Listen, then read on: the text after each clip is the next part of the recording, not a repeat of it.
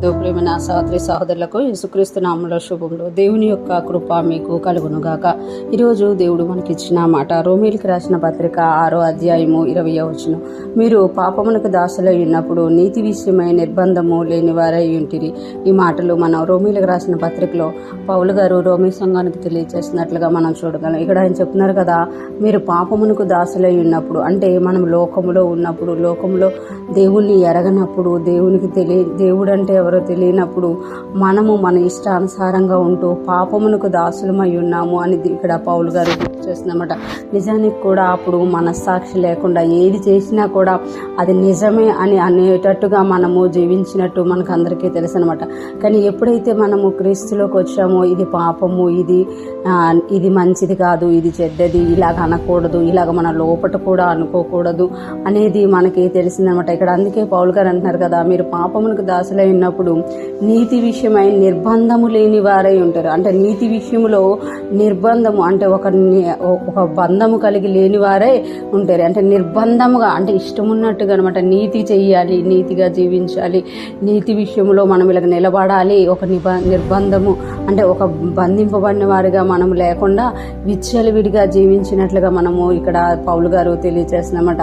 మీరు పాపమునకు దాసులై ఉన్నప్పుడు అంటే ఎవరైతే పాపానికి దాసులైపోతారో వారు నీతి విషయంలో అసలు పట్టించుకోకుండా జీవిస్తామన్నమాట. ఇష్టం ఉన్నట్టుగా జీవిస్తాం. లోకంలో కొన్ని విషయాలు చూసినప్పుడు వాళ్ళకి అసలు బాధ అనిపించలేదా, భయం అనిపించలేదా, అట్లా ఎట్లా చేశారు అని మనం ఆశ్చర్యపోతూ ఉంటాం. కానీ అలా వాళ్ళు ఉండడానికి కారణం ఏంటి అని అంటే వాళ్ళ దానికి దాసులై ఉన్నారనమాట. అందుకే నీతి అనేది వారి హృదయంలోనికి రాకుండా ఉందనమాట. అప్పుడు మనం అలా చేశాం కాబట్టి కింద వచనంలో పౌలు గారు అంటారు కదా 21వ వచనంలో, అప్పుడు క్రియల వలన మీకేం ఫలం కలిగెను, వాటిని గూర్చి మీరు ఇప్పుడు సిగ్గుపడుచున్నారు కారా, వాటి అంతము మరణమే.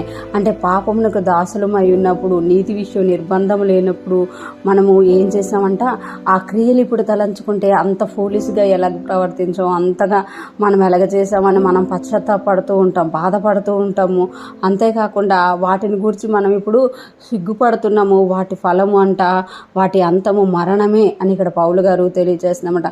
అంటే నీతికి దాసులుగా దేవుడు మనల్ని పిలిచారు. మనం ఎప్పుడైతే నీతికి దాసులుగా ఉంటామో జీవము కలిగి ఉంటాము. పాపమునకు దాసులమై ఉంటే మరణం మనల్ని ఏలుతుంది అని ఇక్కడ పౌలు గారు తెలియజేస్తున్నారు.